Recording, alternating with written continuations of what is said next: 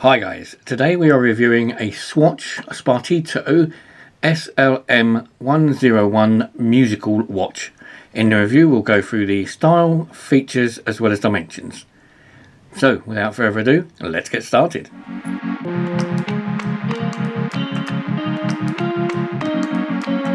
Hi guys, so this is another one of the Swatch musical series. I have reviewed one previously. So this watch has a clear plastic case. As with all of these Swatch watches, very same design, similar style.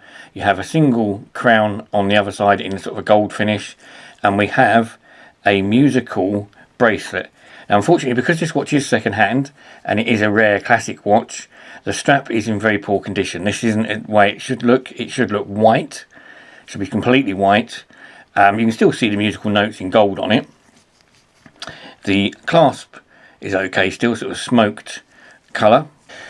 But unfortunately the strap is very poor condition. As you can see, it's snapped.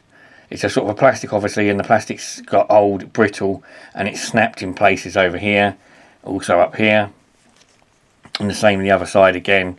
It's snapped in certain places. So the strap is going to be replaced. I will stick a clear strap on it because I do want to wear the watch, because I do like the musical watches. If I find somebody selling the original white musical strap, then I will buy one of those and replace it with one of those. If you come around to the face of the watch, you can see this watch has got that effect in the sort of background. You've got a sort of gold face, but then you've got the musical notes and the musical symbols in sort of an iridescent reflective material, which is one of the things that mainly attracted me.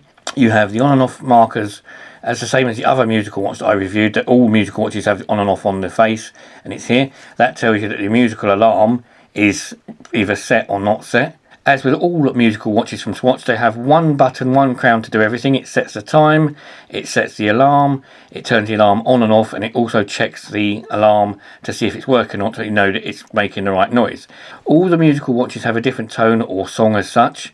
This one is, as I said, it's more of a classical one. The other one in my reviews is the funky one, which is just a funk sound to it. This one, if you press and hold the button for 2 seconds,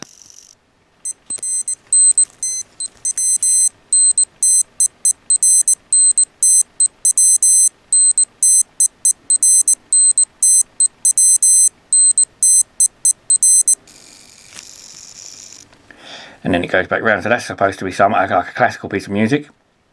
Lovely watches. I love the idea of this. One button sets everything. You can check the time. You can check when the alarm's set for, if it's on or off. Very, very clever watches.